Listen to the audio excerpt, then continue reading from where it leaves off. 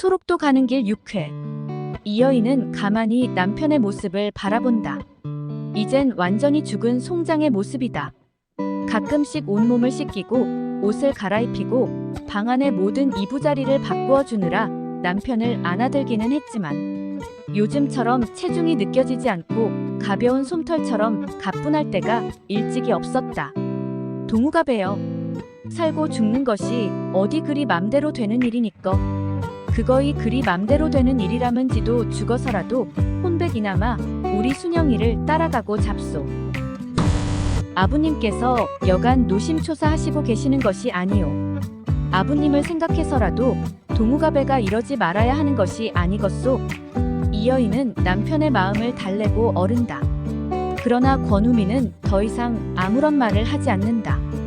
이 여인은 수저로 죽을 떠서 남편의 입에 가져간다. 그러나 권우미는 입도 벌리지 않고 거부한다. 권영감은 그런 아들이 안타깝고 마음이 초조해진다. 이제 저승으로 향해서 가야 하는 사람이 자신이건만 아들이 자신보다 먼저 저승길로 간다는 것을 상상만 해도 견딜 수 없는 고통이다. 어떻게 지켜온 아들인가? 아들을 지켜내기 위해서 그 어떤 일이라도 마다하지 않고 온갖 좋다는 약재와 이웃, 돌보는 것을 마다하지 않고 살아온 일생이다. 아들의 병이 더 이상 새어나가지 않도록 하기 위해서 이웃의 인심을 잃어서는 안 되는 일이었다. 권영감은 이제 남은 소망이 있다면 자신이 아들보다 하루라도 먼저 저승길을 떠나는 일이다. 자식을 앞세우는 아픔만은 당하고 싶지 않다는 특유의 고집이었다. 순영을 그렇게 아무도 모르게 내보내고 나면 집안의 모든 근심과 애환이 사라질 것이라고 생각하고 있던 권영감은 아들과 며느리의 모습에서 심한 마음고생을 한다. 아무리 딸 자식 일망정 순영은 집안에서 없어서는 안 되었던 자식이었다. 특히나 제 애비에게 있어 순영은 손과 발이었고 삶의 버팀목이 될 정도로 크나큰 자리를 차지하고 있었던 것이다. 이제 권영감의 깊은 한숨과 시름은 날이 갈수록 더 깊어진다.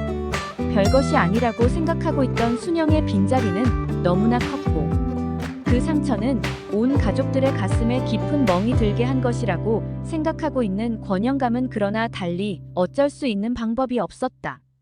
차라리 사지육신 다 잘려나간 병신이라면 곁에 평생을 끼고 살아간다고 해도 누가 뭐라고 할 것인가? 정신이 돌아버린 미친 사람이라도 평생을 곁에 두고 보살펴줄 수 있는 일이었다. 그 천영의 벌문둥이만 아니라면 그 어떤 병마가 깃들었다고 해도 권영감으로서는 그렇게 내칠 생각을 하지 않았을 것이다. 자신의 전생의 죄업이 무엇이기에 하나뿐인 자식도 모자라 손녀딸마저 그 천영의 벌을 받아야 하는 것인지 참으로 기가 막히는 일이다. 권영감은 집 뒤쪽으로 있는 선산으로 발걸음을 옮긴다. 요즘 권영감이 하는 일은 조상님들의 선산을 찾아가는 일이다. 이미 당신이 잠이 드실 곳은 정해놓았다. 아내가 잠이 든 옆에 당신의 묘소를 정해놓고 있는 권영감이다. 그러나 아무리 생각을 해도 아들의 묘소를 정할 수가 없다. 아들은 죽어서도 조상님들이 잠이 드신 묘소에 묻힐 수가 없다는 생각이 머릿속을 지배하고 있는 것이다. 당신의 고집이 아무리 드세다고 해도 그것은 후손들을 위해서라도 있을 수가 없는 일이었다. 권영감은 당신의 손으로 아들을 불에 태워 묘소도 없이 훌훌 날려버리는 것은 피해가고자 안간힘을 썼다. 당신의 사후에 아들의 시신이 불에 태워진다 해도 이미 당신은 그런 사실을 보지 않아도 되는 것이기에 그것만큼은 피할 수 있기를 바라고 바라던 일이 지금은 허사가 되는 듯 아들의 죽음이 이미 눈앞에 다가왔다는 것을 느낀다. 임자, 내 어이 지금까지 살아서 우리 우민이를 불에 태워야 하는 것을 봐야만 한다는 말이오. 어흐흐. 권영감은 아내의 묘소에 엎드려 짐승 같은 신음소리를 토해낸다. 선산을 두고도 그 선산에 묻힐 자격조차 잃어버린 아들이다. 살아서 사람 노릇 사람 대접 한 번도 받아보지 못하고 죽은 다음에도 조상님들의 곁에 잠들지 못하는 아들의 모습을 생각하면 가슴이 난도질을 당한다 해도 이토록 아프지는 않을 것이라는 생각을 한다. 이제 권영감은 지팡이에 의지해야만 보행을 할 수 있는 당신의 육신을 보면서 당신의 삶도 그리 많이 남아있지 않다는 것을 안다. 차라리 아들보다 1시간이라도 아니 1초라도 먼저 저승길로 떠날 수만 있다면 참으로 행복할 것이라는 생각을 해본다. 그럴 즈음 순영은 벌써 며칠째 깊은 산속의 동굴 속에서 꼼짝을 할 수가 없다. 너무나 심한 통증으로 인해 한 발자국도 걸음을 떼어놓을 수가 없다. 이제 다리는 발가락뿐만이 아니라 발등까지도 썩어져 들어오고 있다. 아, 어무이. 이제는 이곳에서 이대로 숨을 멈출 것만 같소. 누가 이런 내 소식을 우리 어무이께 전해드리겠소? 그저 꿈에서나 어무이를 만나 전해드렸으면 좋겠소. 순영은 이제 울음도 비명소리로 지르지 않는다. 운다고 비명을 지른다고 누가 달려와 줄 사람이 있는 것도 아니다. 그저 자신 스스로가 더욱 비참하고 더욱 나락으로 떨어질 뿐이다. 그러나 순영은 의식적으로 배고픔을 느끼고 가방을 뒤져먹을 것을 찾아 입속에 넣는다. 아끼고 아껴두었던 비상식량인 건빵까지도 입에 넣고 침으로 삼킨다. 그러나 타는 듯한 갈증을 참을 수가 없다. 순영은 물소리가 나는 곳을 향해서 무릎으로 기어간다.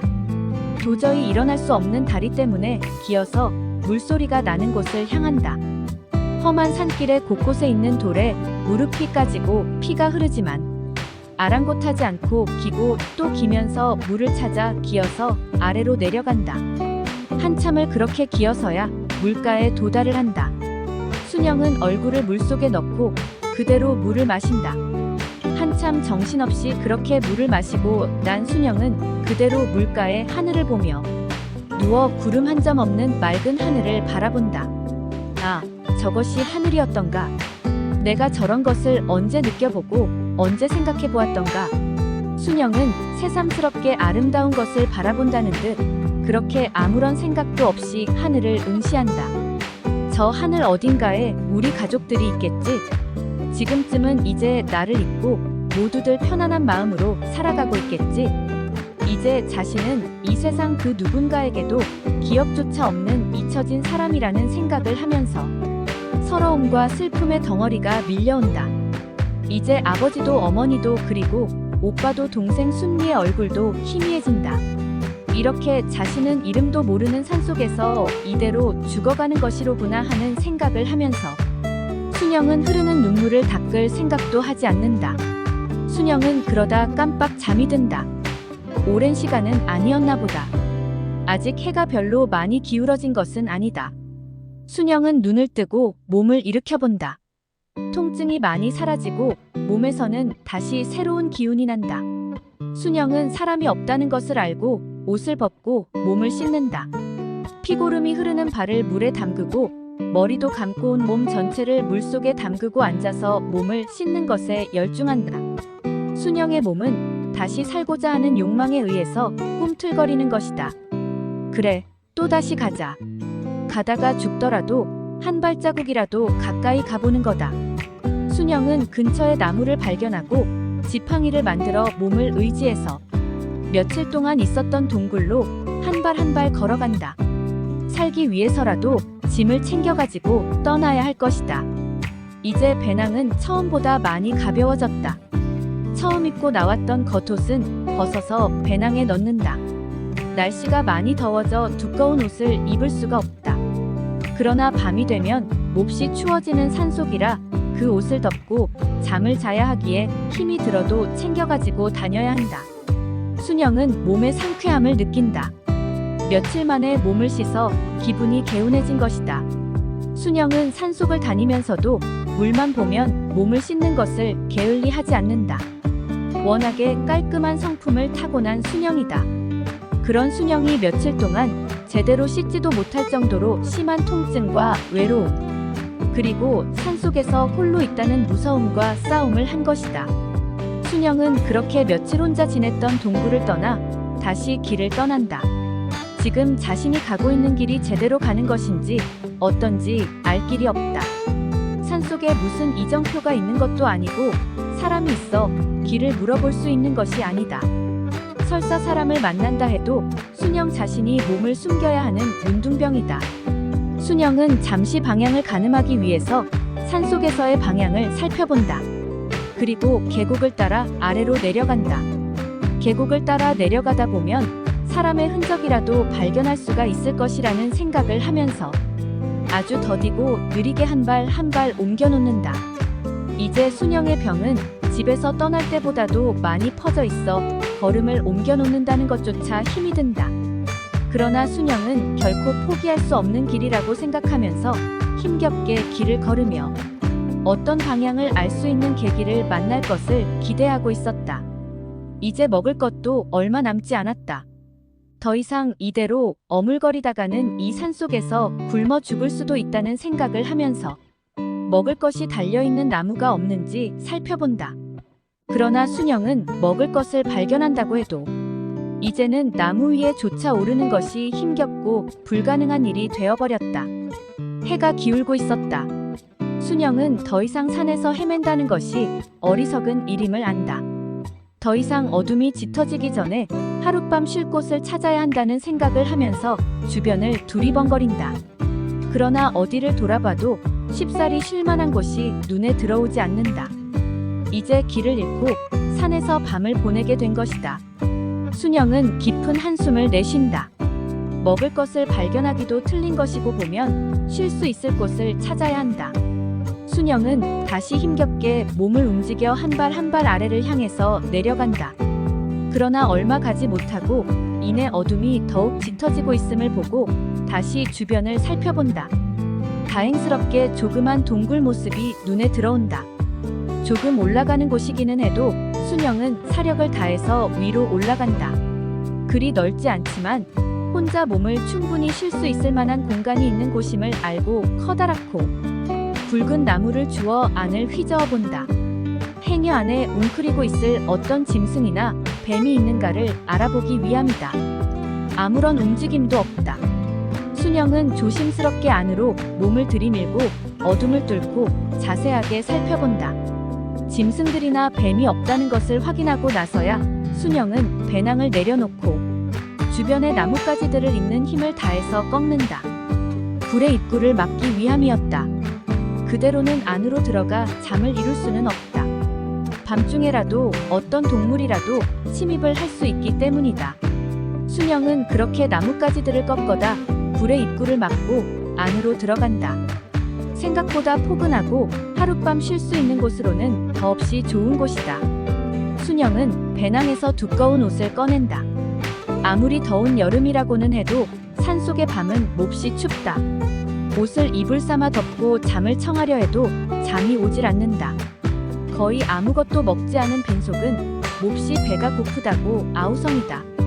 그러나 이제 얼마 남지 않은 비상식량마저 바닥을 보이는 것을 생각하고 순영은 그대로 잠을 청해본다.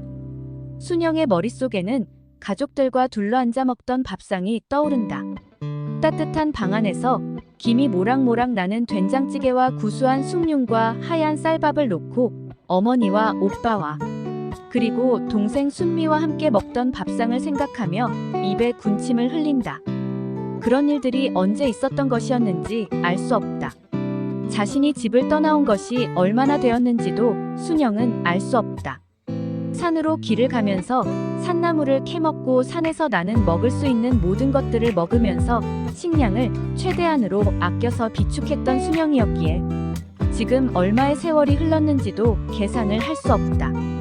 다만 집에서 떠나올 때 몹시도 추웠던 날씨가 이제는 하루하루가 다르게 무더워지고 있다는 것을 느끼면서 여름이 되었다면 서너 달은 지났을 것이라고 짐작을 하고 있을 뿐이다. 순영이 그렇게 배고픔과 무서움과 심한 고통에 시달리며 산속에서 길을 잃고 헤매고 있을 때 권우미는 사경을 헤매고 있었다. 권영감은 이제 모든 것을 각오한다. 어차피 이제 명이 다한 아들이라고 생각을 하고 받아들이기로 마음의 결정을 내리고 아들의 모습을 보려고 우민의 방으로 들어간다. 우민은 마치 죽어있는 송장 같은 느낌이었다. 권영감은 그런 아들의 얼굴을 내려다보며 가만히 아들이 손목을 잡고 맥을 짚어본다. 힘이 하나마 아직은 맥박이 느껴진다. 권영감의 두 눈에서는 굵은 눈물이 소리 없이 흘러내린다. 그 눈물은 눈을 감고 있는 권우민의 얼굴 위로 떨어져 내린다. 글 일양 이봉우. 계속됩니다. 구독과 좋아요 눌러주세요.